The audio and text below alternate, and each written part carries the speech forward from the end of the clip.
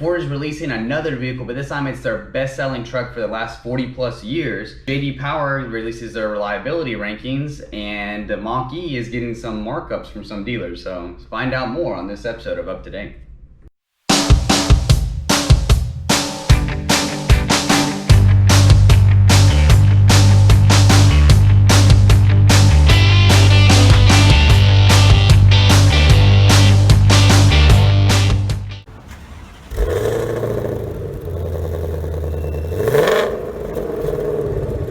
So we've already been talking about the Ford Bronco, the Mach E, the Mach 1 even, and now Ford is redesigning their best-selling truck, the F-150, the F-Series truck. Yeah, a lot of cool stuff happening with Ford. And me and Jake have actually been talking about this. It's kind of a trend in the market where you saw a lot of redesigns with a lot of these brands in the early 2010s. A lot of brands are doing stuff around 2011, 2012. But this is that time, but it's also a weird time where a lot of these brands are all saying, well, I'm going to redesign my car. And then they're like, no, I'm going to redesign my car. And they got to one-up each other.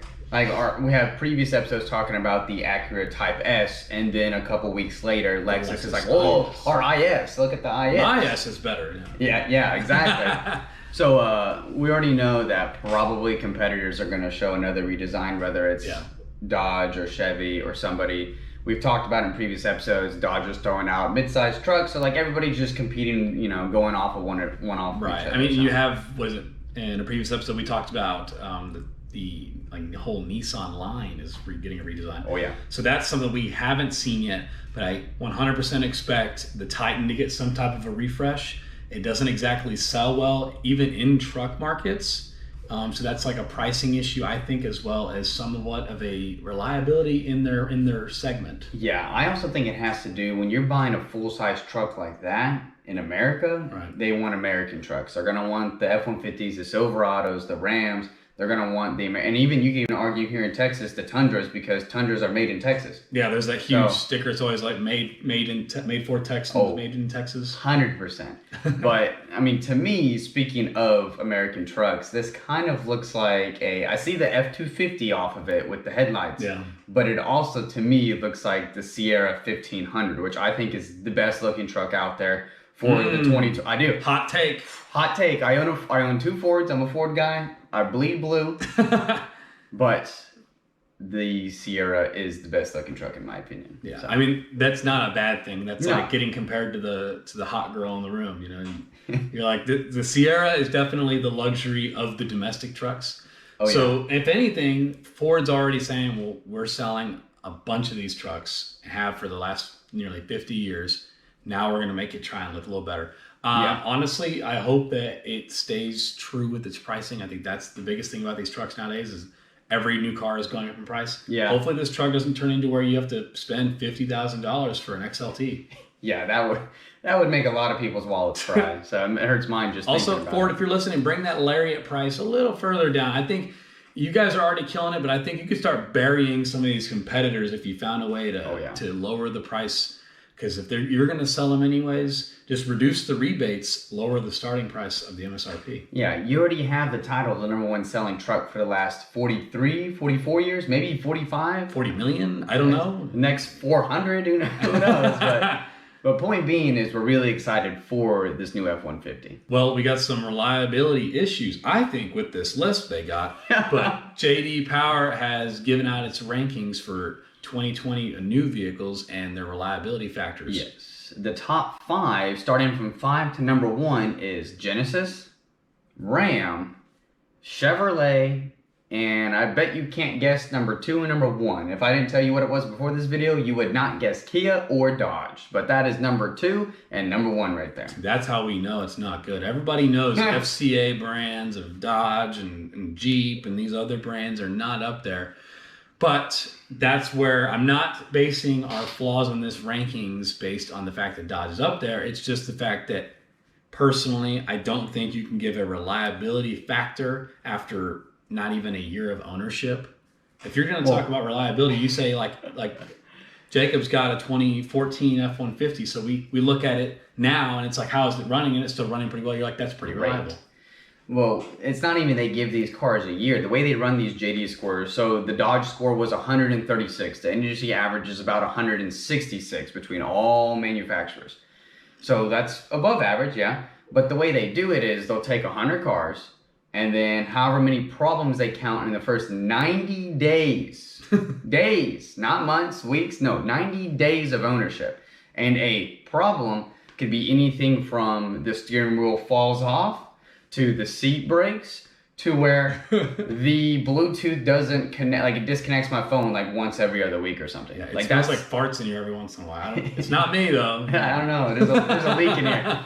Or even some people, they've been criticizing, I know you definitely criticize this survey, but what they've been saying a lot is it could even be something of, oh, I don't like this part of the vehicle. The infotainment lags a little bit. Yeah. And that must mean it's a problem with the car. It's like, yeah.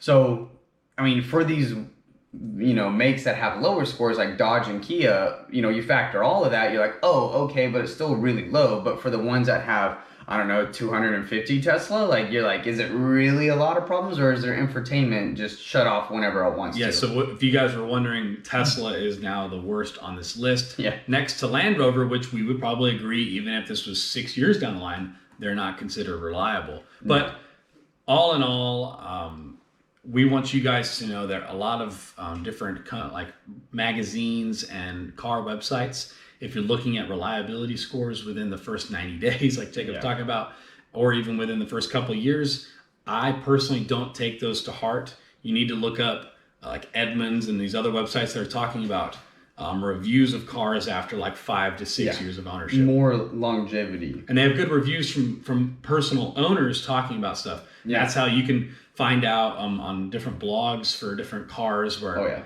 the habitual problem for like I remember I looked at the BMW 4 Series, which is between the 16 to the 18s, was the water pump would always go out at about 40,000 miles. So that's good to know, because it was about 80% of the people on those blogs were all agreeing with that. And I'm like, okay.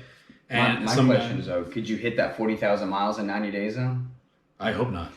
My gosh. I'm driving a lot. Doing those cannonball runs. Oh, God. But anyways. Yeah, so get yourself educated out there when you're out there buying, looking at vehicles, new vehicles. Yeah. Just understand what you're getting into. But either way, it's still good information talking about the infotainment, because you don't want those issues. Yeah, and last fun fact on this, apparently a fourth of all of the problems recorded were infotainment related. So that's a lot dang of old points. Technology. Yeah, right. So those markups have been getting pretty crazy for those Mach E's, huh? Tell us about that. What the heck is going on there? All right, so you have the Mustang Mach E, the electric SUV. Which we don't agree with already, but go ahead. Oh, skipping. Blowing past that tangent, blowing past it. But yeah, so electric SUV, it's just shy of, I think, 44,000 MSRP.